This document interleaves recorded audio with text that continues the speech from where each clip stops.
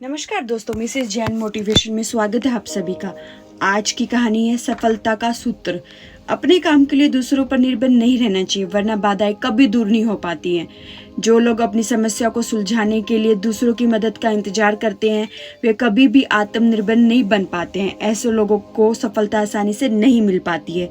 इस संबंध में एक लोक प्रचलित है। कथा के अनुसार पुराने समय में एक आश्रम में गुरु अपने शिष्यों के साथ रहते थे। वे हमेशा यही सीख देते थे कि हमें अपना काम खुद करना चाहिए, कभी भी दूसरों से मदद लेने के लिए इंतजार नहीं करना चाहिए।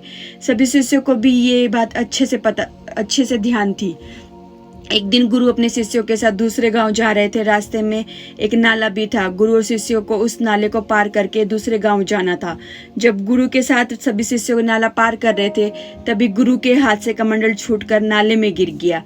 गुरु वहीं रुक गए और सभी शिष्य सोचने लगे कि अब ये कमंडल कैसे निकलेगा, इसे कौन निकालेगा। तभी एक शिष्य गांव में किसी सफाई कर्मचारी को खोजने के लिए चला गया। बाकी सारे शिष्य वहीं बैठ गए और कमंडल निकालने की योजना बनाने लगे। ये देखकर गुरुजी को बहुत दुख हुआ, क्योंकि उन्होंने सिखाया था कि अपना काम स्वयं करना चाहिए, किसी दूसरे की मदद के लिए इंतजार नहीं करना चाहिए।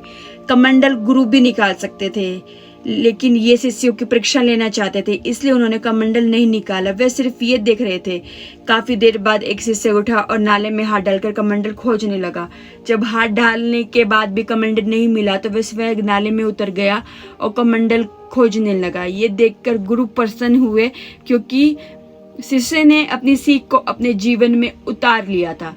संत ने उस शिष्य को प्रशंसा की और कहा कि इसी तरह अपने कामों के लिए किसी दूसरे की मदद का इंतजार नहीं करना चाहिए। जो लोग दूसरों के भरोसे बैठे रहते हैं, वे कभी भी अपनी समस्याओं को हल नहीं कर पाते हैं और अपने लक्ष्य तक नहीं पहुंच पाते हैं। अपनी मदद खुद करने वाले लोग ही घर, परिवार, समाज में सम्मान हासिल करते हैं।